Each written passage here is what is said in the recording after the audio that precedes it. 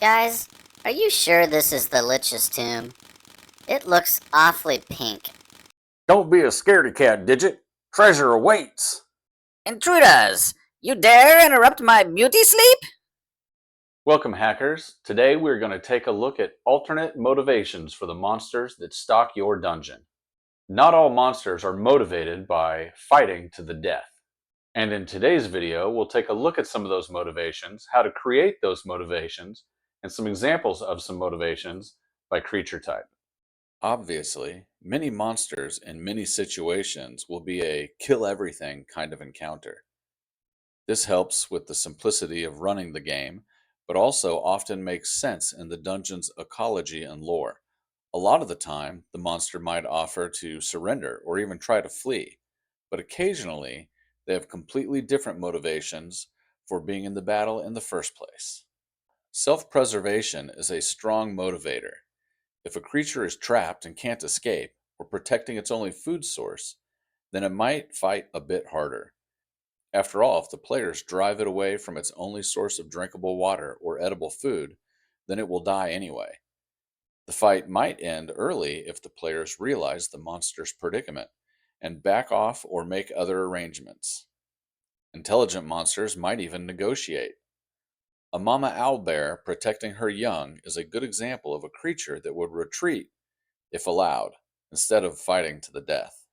Many monsters are desperate for some reason or another. Perhaps they are driven mad with hunger or illness.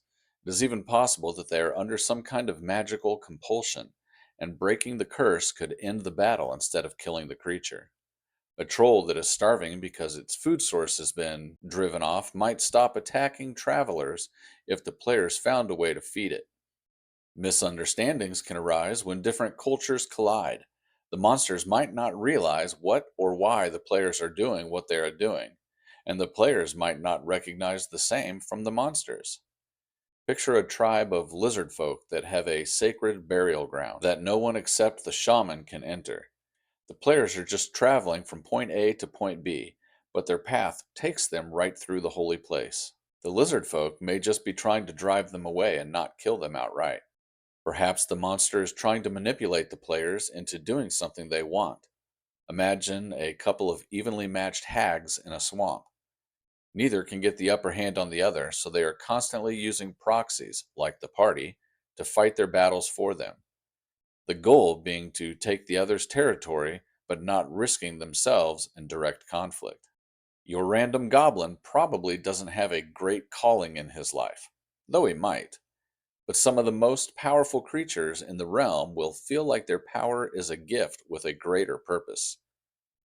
A treant might believe it is his duty to protect the forest and its creatures because they can't protect themselves. Maybe the forest is cursed and the treant is corrupted. Either way, the treant isn't simply motivated by destroying the adventurers. Who cares what motivates the monsters? Most players just want to smash stuff.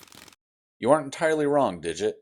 Many adventurers just want to kill stuff, but there are many excellent reasons for creating other motivations for the monsters anyway. Having monsters with different goals and motivations means that combat can be concluded without just bashing each other over the head until it's done. Perhaps combats can be avoided entirely through diplomacy. This encourages creative solutions for your players to find other than just combat. It also creates a deeper, more rich world for your players to exist in. Even the players that just want to murder hobo the entire time will subconsciously appreciate that they are murder hoboing for a reason. Did you just say murder hoboing? I ain't sure that's even a word. It is now. Now I know some of the motivations and how it benefits the dungeon master and the players. But how do I come up with them? Good question. Here are a few tips for coming up with motivations for the monsters. Firstly, consider the monster's lore, intelligence, and environment.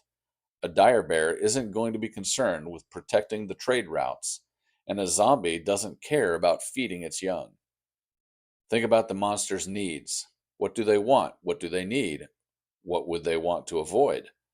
Remember to leave clues for the party to discover along the way, or even during the interaction. After all, what is the point of going to all the trouble of creating motivations if the players don't realize and just smash the monsters anyway.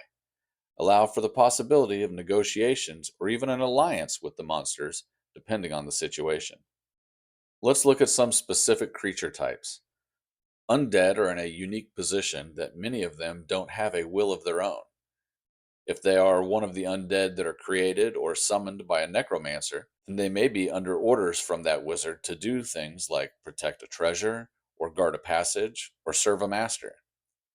Elementals could be protecting their territory from pollution or incursion from the other elements. They may be trying to restore balance, or even simply be lost and confused and just trying to return to whence they came.